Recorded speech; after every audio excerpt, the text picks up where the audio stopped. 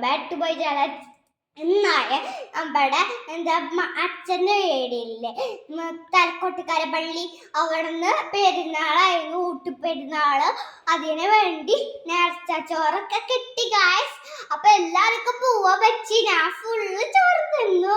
അപ്പൊ ഇന്ന് ഞാൻ ഉറങ്ങാൻ പോവാണ്. പിന്നെ എല്ലാരും ഇന്നും മാമുണ്ടല്ലോ, അപ്പൊ പിന്നെ ഇനി ഉറങ്ങാനാ പോവാണേ.